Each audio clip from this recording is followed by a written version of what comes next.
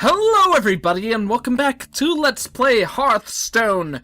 We're back with our Shaman deck here, which I'm not too proud of in regards to its construction. It has some very unfortunate arc, not too powerful of a late game. Where are late game creatures? Oh yeah, like a frickin' reckless rocketeer.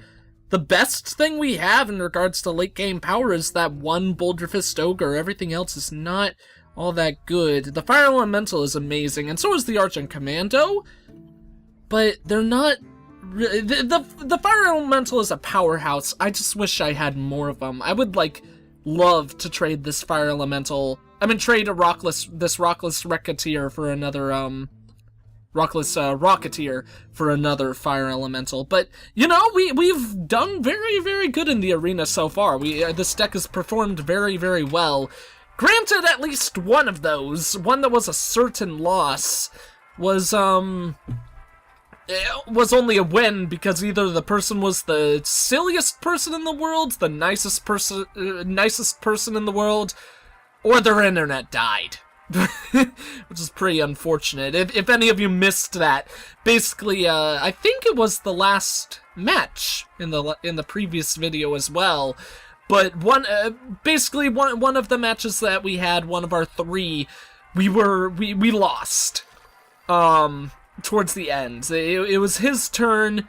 He played down some really good stuff with it was either charge or he cleared our board in an effective way. Basically, he got to the point where he was gonna kill us, but then he just didn't attack with anything. He didn't even end his turn either. He just let it play out until eventually it became our turn and we won on that one.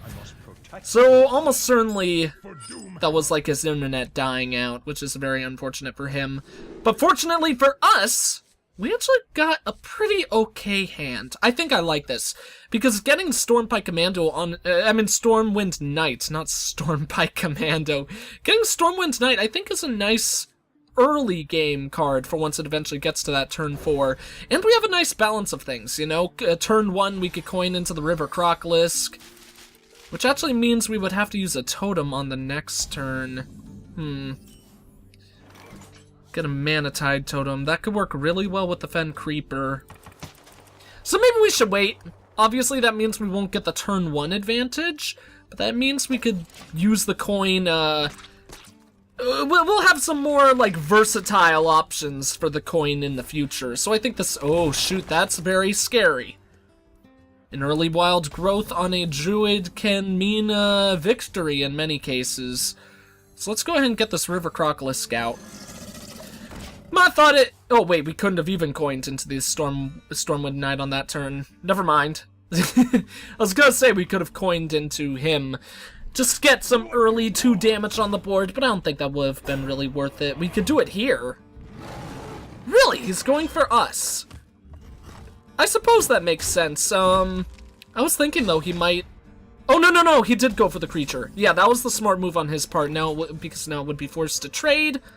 Unfortunately, he doesn't know that we have a 2/5 with charge.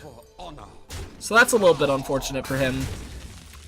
But, you know, gets us some early damage, which hopefully should be very, very beneficial to us in our future. And we've got a super nice board control right now. Stormpike Commando! That's an annoying play for him.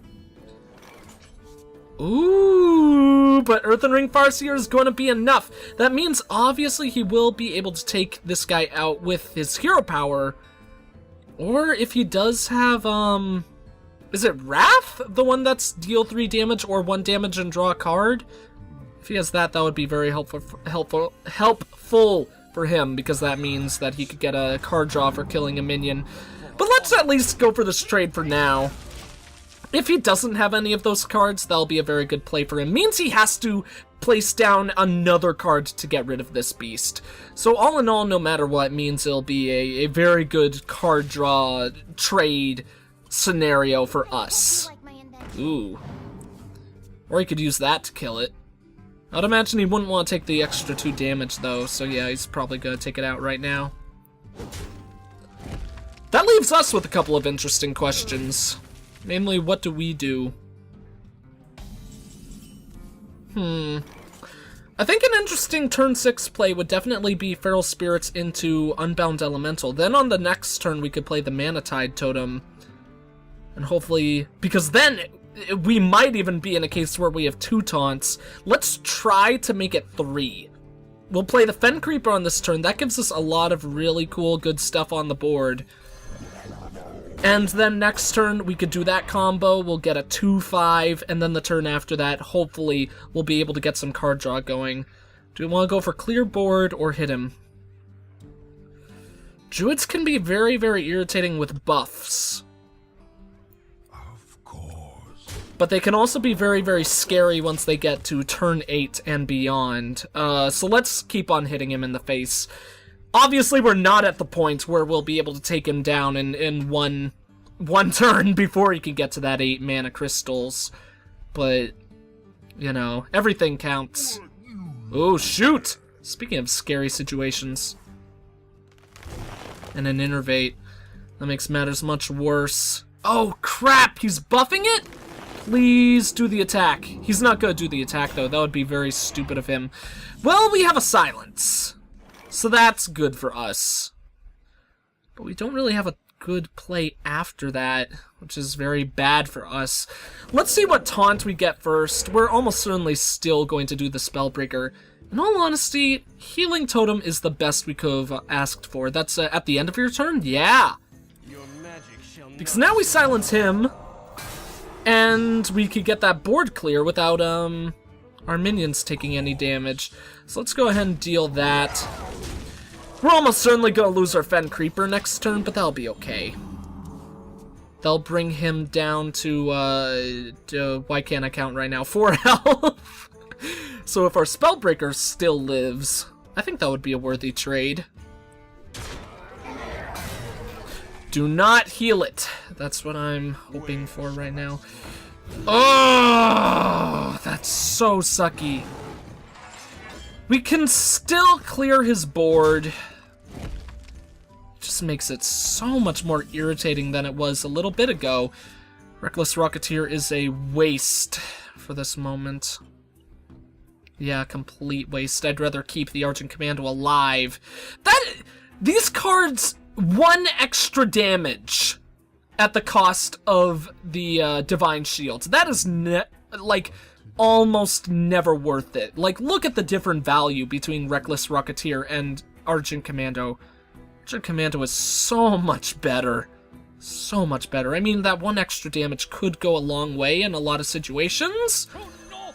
But it could also be completely pointless in a lot of situations as well. So we actually don't get our board completely cleared. We keep a Healing Totem and an Argent Commando. And hand advantage. And that's the thing that really matters right here. And potential for extreme hand advantage if we get that Mana Tide Totem out, which will probably happen next turn. I really wish we had 9 mana. We could get it. Oh, damn. It's probably... oh no, he's going for another taunt. That's probably actually a wise choice on his part. Bloodlust is not going to be very helpful for us right now. Is Mana Tide Totem a better card on this turn? It means we would not get the buff from the Unbound Elemental. But I would feel more... I think there would be a higher chance of us getting 2 value from it if we play it, like 2 cards from it rather than 1 if we play it now rather than waiting a turn. But I also really want that buff. How much would the buff help us? That's what we need to think of. It would only make this a 3-5, which I don't think would be as helpful as the card draw. So maybe we should do the Feral Spirits card draw. That's 6 mana, so that leaves us enough for the totem. Let's check what totem we get first, just because that's usually a good habit if you're going to do that. Another taunt. Okay, I think we need to do this combo now. Hopefully this will work out for us. We got a really nice taunt wall. A swipe isn't going to do enough to take it all out. If he does have a Starfall, that would be pretty damn bad for us, because that would get rid of almost everything. Still wouldn't get rid of the 2 taunts or the Mana Tide Totem, which is the most important, but... Oh god, unless he plays a Starfall now. I'm not sure what the mana cost is for a Starfall. No wait, Starfall is the 0 mana cost do 2 damage card, isn't it? I might be saying the wrong card completely. The Druid has a card that's like deal 6 damage to a specific minion, might also be 5, or 2 damage to every minion on the board. That's the card that I was really scared of. But luckily, an Acidic Swamp Ooze and Worgen Infiltrator is not that, so we're gonna be fine. What's he gonna... Oh, he's just gonna armor up. Probably the safest bet for him. He only has 1 card. That's really good for us. Unfortunately, Fire Elemental isn't wonderful. But the Reckless Rocketeer is in no way better, so I think that's gotta be our card right now. Could also go for card draw and another taunt with the Azure Drake. But the only kind of taunt I would want would be an additional taunt. A taunt would be helpful, but not incredibly helpful. I think it's definitely best to get some of his board cleared a little. Yeah, that's the best thing to do.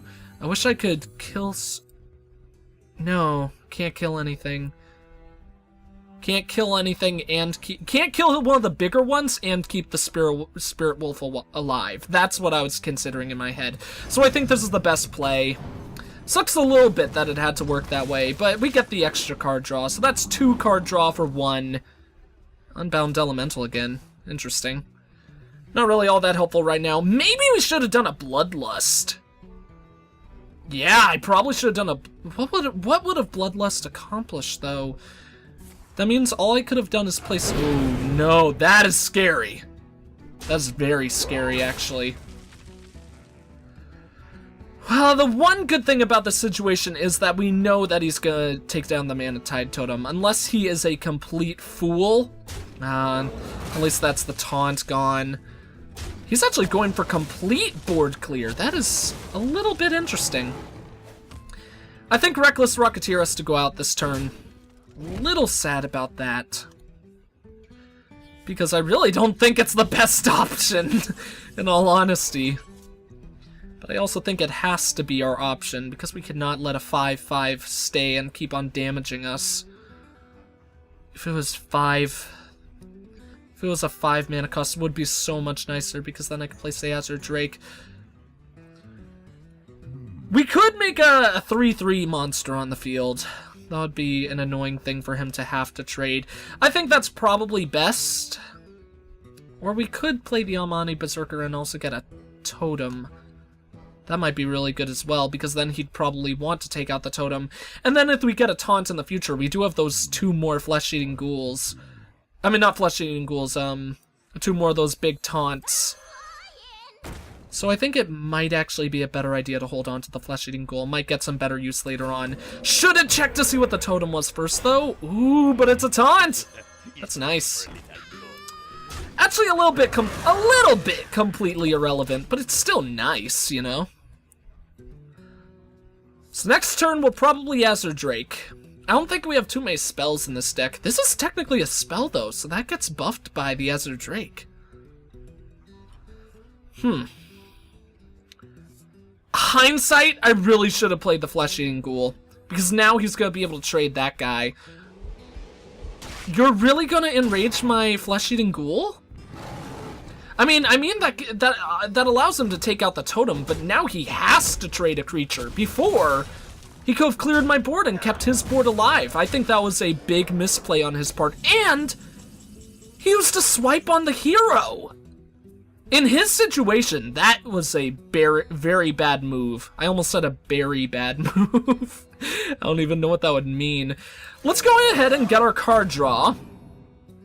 For starters, Knife Juggler. Don't have that many low-cost creatures, but that could be very nice on our next turn.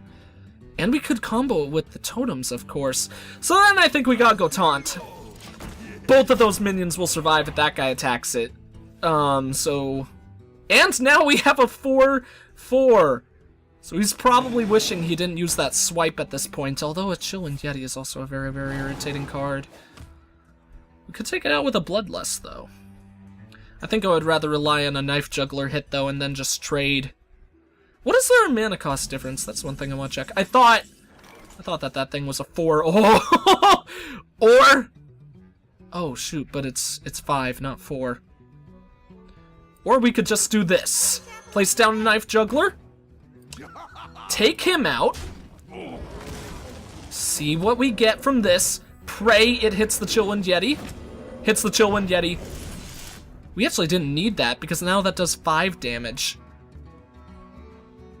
Do I actually want to save that then? 5 damage could be so valuable. We have the Bloodlust, so if he plays out a big taunt, it'll be easy to kill. I think we just start hitting him in the face right now. Place out a Flesh-Eating Ghoul.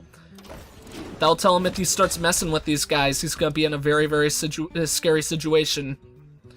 We were in a pickle a little bit ago, but I think we just turned it around in a very, very good way. Because now we've got a very fearsome board. I would be very scared if that was him. That'll help him a little. But that 1 health, that's exactly why I don't like that card. And now you also buffed my Flesh-Eating Ghoul 2 points. Oh, that is so sad. I really like Big Game Hunter. I think he can be an unbelievably powerful card, taking out like 6 cost or higher. Actually, are there any 6 cost cards that have 7 attack? I don't know, you guys know what I mean. Take out like really strong minions, very, very, very low cost. Let's, we're not gonna be able to kill that guy with Knife Juggler things, which is sad. And I actually probably should have played the Bloodlust instead of that, because now he's gonna trade a creature for it. That was a misplay on my part. If we played the Bloodlust, we could have gotten rid of, the, Wraith of Air totem for that guy. Bad play on my part. At least this way we get the buff for the Flesh-Eating Ghoul, though, I suppose. And next turn he loses, if he doesn't draw something that saves him. But I don't think, yeah, nothing can save him. I concede to you. Lag, well played him. There we go. Good job, Bochip.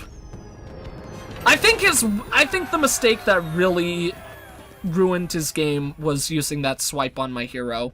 Because in all honesty, that actually was a misplay, anyways, on his part. It would have been much more effective if he just cleared my board, because he wouldn't have lost any minions, he just would have lost a little bit of health. Or on that 1 minion, if I remember correctly. So who knows? A bit of a silly play, but everyone makes mistakes here and there. Super glad that our Shaman deck is still doing so well, especially since I was so nervous getting into a Shaman, you know? At least for the arena. Shamans can be very, very risk-reward heavy, as I've mentioned in the past for sure.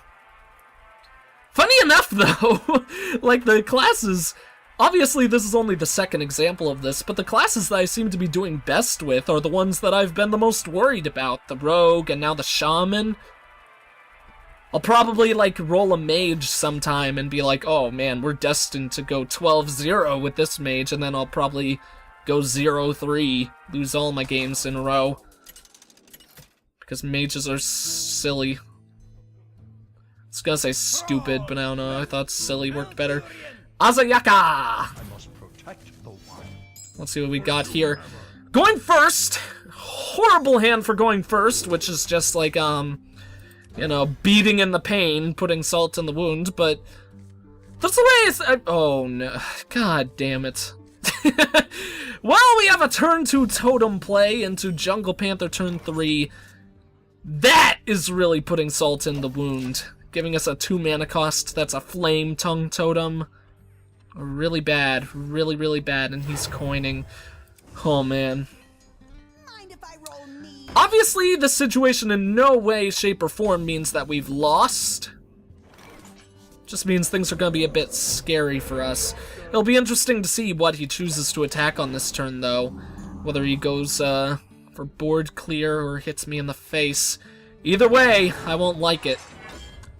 Did he click the minion? No, of course. He wasn't being silly. Did go for the board clear, though. Biggest shame about that is that's not a trade. If it was a trade, I could be happy with it, but obviously it wasn't. And the worst thing about this is we're not gonna trade a Jungle Panther for a freaking Loot Hoarder. In all honesty, I don't even want to trade the Harvest Golem for it. I think best case scenario here is Lightning Bolt, take that thing out, and then Taunt. Or Totem, not Taunt. That means next turn we'll have 4 mana. Really rather have that 5, but we might draw a low-cost creature. Could also play the Earthen Ring Farseer, but I think I'd rather combo him with one of our bigger guys rather than heal me directly. So let's go ahead and do that. Go with this plan. See whatever taunt we get on the board. I mean, totem we get on the board. Taunt one is nice. Not best, because he'll be able to take it out very easily.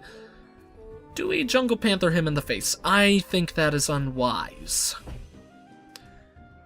Because there are there's very little methods for the druid to do board clear. He's only got 2 cards, Swipe and the other one that I mentioned before.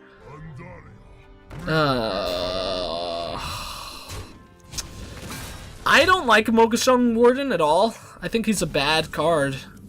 Unless you put him in a priest and maybe get the maybe get a way to make him a 7/7. But more often than not, I do see these scenarios arising where Mogushung Warden is used very, very effectively. Injured Blade Master, Earthen Ring Farseer would be an unbelievably nice combo. But we gotta get that out on this turn. He'll be able to trade the 2 little guys for him, or him and a little guy, which is a little bit unforgivable. But that's the way we got roll right now. This has not been a good game so far.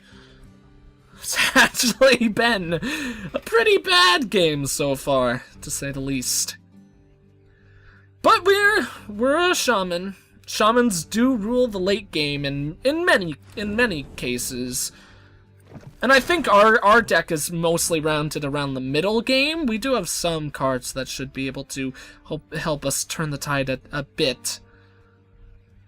The only problem is, will they be enough? Reckless Rocketeer surely won't, because that's just a trade. Hate to keep complaining about Reckless Rocketeer, but another thing about it, it can be killed by both of these creatures. Is that worth it at all? Like, a 2-mana cost creature that when it dies gives him a card can be killed by this guy. Or, oh, no! Cult Master was a very good play for him right there. I don't know why I didn't notice it right then. Honestly, I actually probably would do the little guy at that point rather than going for the big one.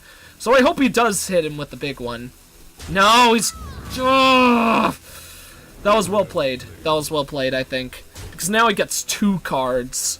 Obviously, he could have kept the minion, but now I have a 7 health creature card that I have to deal with before I could get rid of that Cult Master. And I don't have enough. I do have enough with the Reckless Rocketeer. Why can't you be 7 attack, Reckless Rocketeer? This is a situation that should never happen. A Reckless Rocketeer should be able to kill that thing. Could trade for it with a Fire Elemental and then him. I think that's, in all honesty, better than the Reckless Rocketeer. Yeah. I kind of really hate it. But I think that's the best thing we could do. At least our Panther doesn't die. Yet. Let's say that. It's in many cases very rare, unless you get yourself a taunt wall. It's usually very rare that a Jungle Panther does get 2 attacks out. Usually you put him down, have him be stealth so he could take out like a beefy 4 health creature. And just trade equally in that regards. It's very, like I was saying, not very often you see a Jungle Panther live beyond 1 attack. Obviously, that Cult Master's gonna be a big problem, though, but what's even worse is his hand, and he's almost to turn 8. Raid Leader. One good thing is that Raid Leader will be very easy to kill next turn. Sucky thing is we got pretty garbage value, all thing considered, in regards to that Fire Elemental. Did not really work out well for us. Good thing is we could take out his raid leader, though. I don't like raid leader. I think raid leader is a pretty bad card, in all honesty. Then we could heal our dude right up. Or I could totem and maybe get a healing one, but that only heals him for 1. If we heal him for 3, that means he can avoid pretty much all kill cards that the druid has. So that'll be a nice irritation for him. This guy will hopefully get some good worth out, because I definitely need it. Oh, god damn it. Once again, Reckless Rocketeer is a horrible play right here, because then I'm trading 2 cards for 1. Granted, obviously, our Stormwind Knight would survive. If he actually probably should have attacked the Stormwind Knight there. That's what I would have done if I was him. Or we could buff him. If we buff our cards, if we buff our cards, then our Reckless Rocketeer can take him out in 1 hit. Then we have a Flame Tongue Totem just sitting out there, ready to be destroyed, though. But I honestly think that's the best way to get value in this situation. It's pretty bad. I would say, at least. But at least we're not having 2 minions taking a bunch of damage for that. I mean, like, at least we're not losing the Reckless Rocketeer and bringing this guy down to 1 health just for 1 creature. So, you know, not the best thing in the world, but it had to work out that way, I think. Azure Drake is a good card for us to get right now, though, because that card draw will hopefully be very beneficial to us, seeing as he has 10 cards and we have 3. 10 cards, and for his current situation, what is probably actually a better hero power as well. That's one thing you have to consider. Obviously, our Totemic Call is a very, well, actually an amazing ability, or hero power. But in his position, I think his one is definitely better. I mean, in the position that, like, this game is going right now. Actually, I don't know. I was kind of wording that with the intention of saying that where I'm sitting right now, I would rather have his hero power than mine. But actually, I think Totemic would be more useful in my situation. Come on, buddy, play your card. Decide what you want to do. Don't have all day here. Yeah, time waits for no one. You should know that. You're Mr. Druid Man with the weirdest hair on the planet. Me and my good pal Balluno talked about this in our Battle for the Hearth video. Oh, that is potentially very, very scary. And here we go, that's scary. Oh well. Only a 1/1 we have to deal with. He barely got that move off, which is kind of funny. But look at those! Those are weird, like, metal sphere things. Wouldn't that hurt so much on, like, your brow, or what? It's not your brow. Wouldn't that hurt on your upper lip, like, so much? I would imagine it would. Fen Creeper? Fen Creeper might be a good idea here. I honestly kind of want to play the Bloodlust, which I also think is awful. But that would allow us to take that thing out. It would allow us to trade, and I think that makes it good. Trade, keep some board control. Let's see what we get. We can't play both of those, which would be my most ideal play. So instead, I'm going to really hope... Taunt is good. I was hoping for a heal, but Taunt may be enough. Do we play the Berserker as well? Sure, let's play the Berserker. Bloodlust, that means we take out both of his minions. And do we take out both of his minions? No! Because we can enrage the Amani Berserker with that guy next turn. Unless he uses it to attack that Stoneclaw Totem. Or places out a taunt. There's a lot of things he could do to us right now. Which makes me want to cry. But... you know, we don't need to worry. No need to fear until the card is actually on the board, you know? Could have everything in that hand. Could have the most powerful stuff in the world, or he could have complete garbage, and hopefully he has complete garbage. But that is not complete garbage, so that's very, very, very, very good. And in all honesty, in a lot of extent, that was the very thing that I was afraid of. I was very afraid that he was going to put up some kind of really strong taunt. Because there's no way for us to enrage the Berserker, obviously. So I think Boulder Fist Ogre would be a nice play right here. But it barely gets an A value hitting that thing if he doesn't... It should survive. The Druid has very little that it could do to take out a Boulder Fist Ogre quickly. But I still think the Fen Creeper is the better play, because we could Fen Creeper, get a taunt wall up, blocking most of our guys, and then Azure Drake as well. We should probably Azure Drake, though, first, just to see if we get any spell damage cards, and it's always best to do card draw first if you're ever going to. Then I guess we get the Fen Creeper out.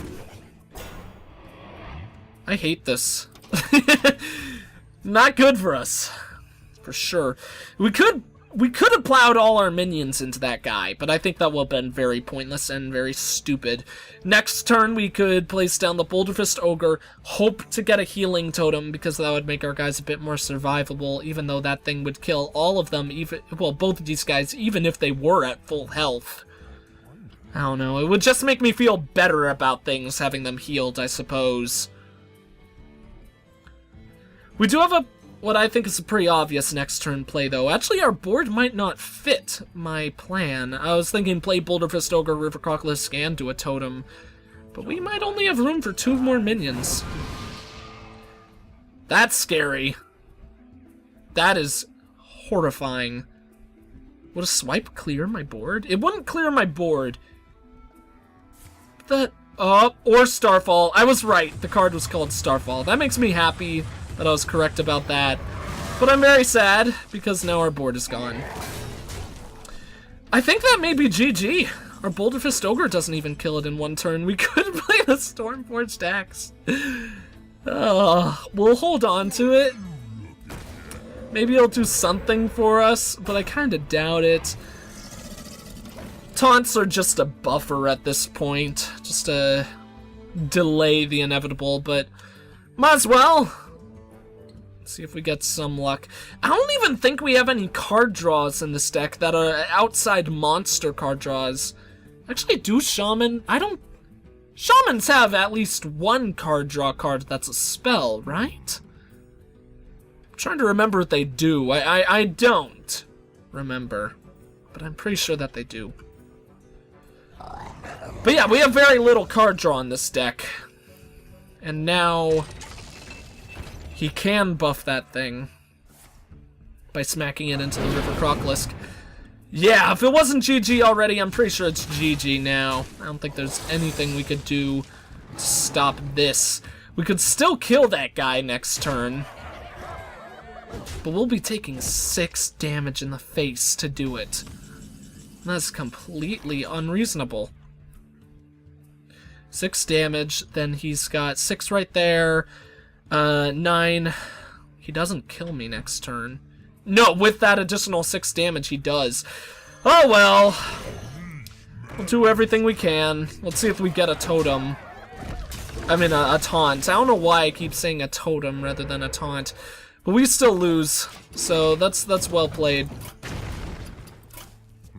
Well played. This one. Well played. Azayaka! Very good play there, I must say. It had a very, very well-constructed deck. Granted, this was the game that we got off to a slow start. Yes, this was the one where it got to a very slow start. So you could say some of that was to blame. Oh, nice. Golden Ancestral Healing. It's an okay card. I usually don't like it, though, because it's like in most cases, cards that buff minions aren't really worth it, because that means you're using 2 cards on 1 minion. Granted, that means that card could get like 2 value by taking out 2 of your opponents, but could also just play like a polymorph, and then you're like, well, I wasted that card, you know? Situations where it could win you the game, situations where it could be a wasted card, which more often than not loses the game for you. So, we're 4-1. somewhat to be expected. I wouldn't be surprised if we will be getting to the point where this deck will start to fall apart, because I think I said this at the end of the last episode as well when we were 3-0, but I still don't think this deck is all that well constructed, you know? I've just gotten some good luck in the early game, but if we do get the right cards early, like that first game where we started off with a River Crocolisk, then a 3-cost and a 4-cost, that worked out very well for us, so hopefully we'll see more of that in the future, and I think that could help maintain this deck's ability to thrive and do very well in the arena. So yeah, we'll have to see where this goes next time. Thank you all for watching. If you enjoyed the video, please consider leaving a like, comment, and or subscribing if you have not. I am the EggScrambledGamer, and I will see you all next time.